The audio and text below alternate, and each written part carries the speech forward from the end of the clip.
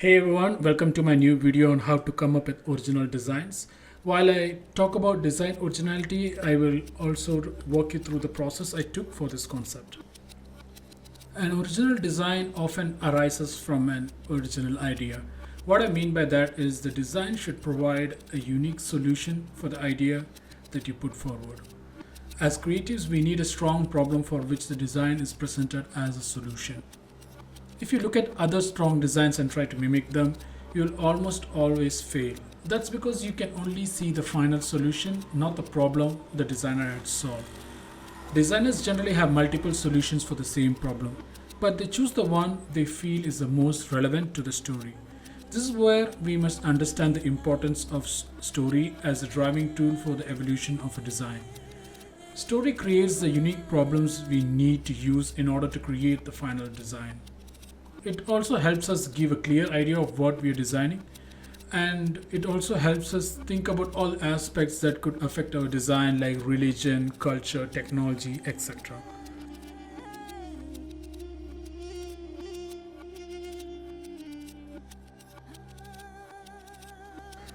For this piece, I started off with a rough idea keyframe for the layer of Vulcan, a religious sect that is focused on creating weapons and armor, and it is a part of a larger religious entity. So it was really important from a very early stage that I present some religious elements like statues, symbols, etc.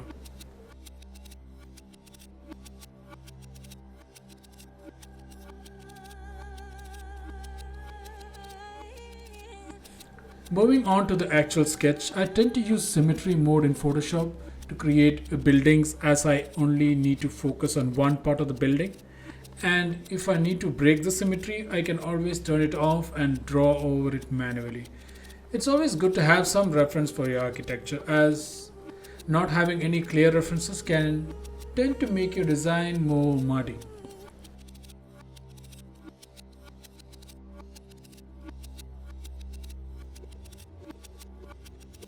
So back to the process of coming up with unique ideas.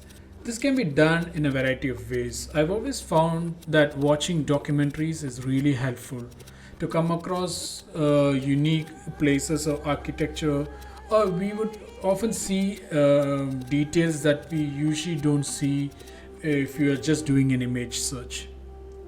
And research is the key element here. Try to do a deep dive into the culture you chose and try to consume whatever material you have access to, like books, documentaries, or anything that you feel might give you that interesting idea that you can start to work on.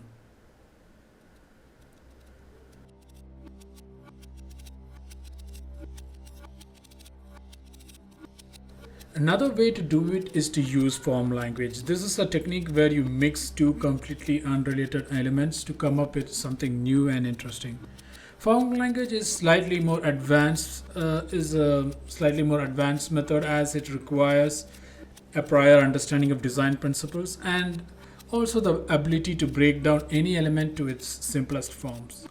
If you're struggling with coming up with new stories, you can always use the books that you have read as a base to create your worlds. Oftentimes, the authors have spent a lot of time trying to really figure out the world building aspect of the book. So it'll make it much more easier for you, and you can use it as a base and think of how you can represent the same elements that the author has described in a visual format.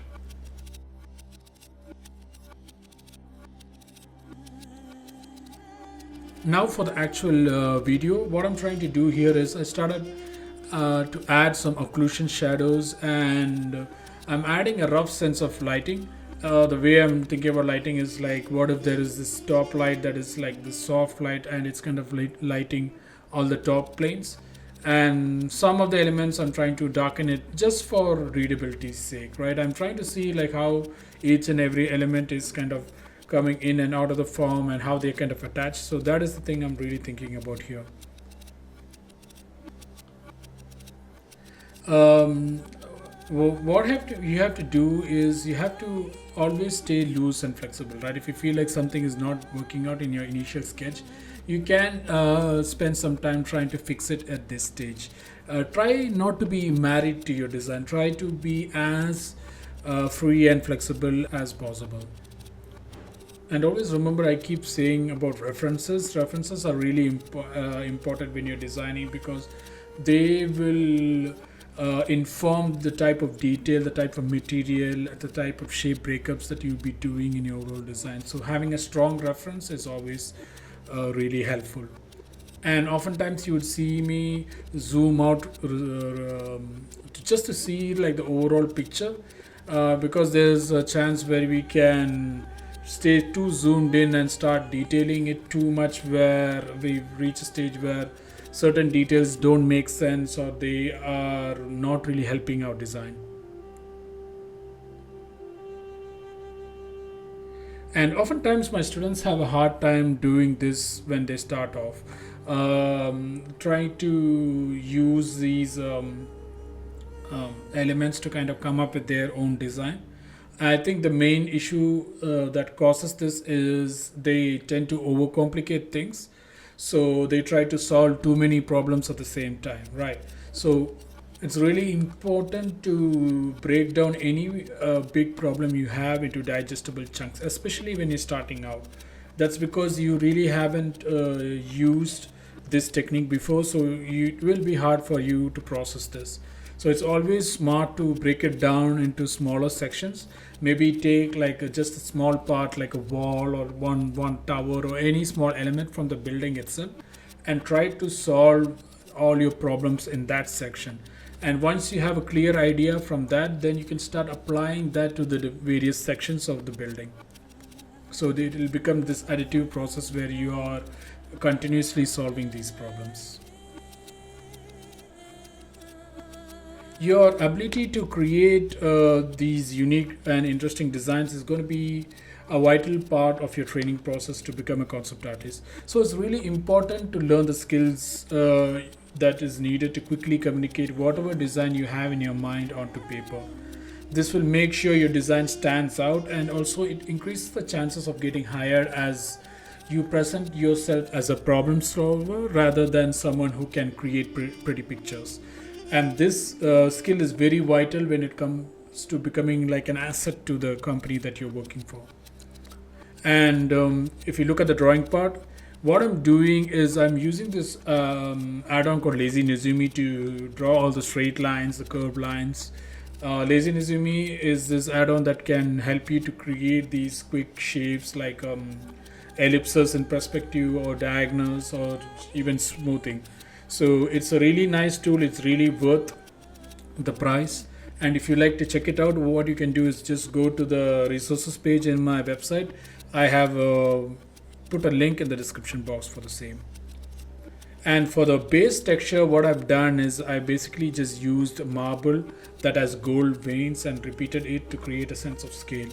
And always remember, when you are adding textures, that the textures you are adding is relevant or makes sense to the actual concept or actual scale of the building, right? There is a good chance the texture can become so overpowering that it'll start affecting the read of your concept.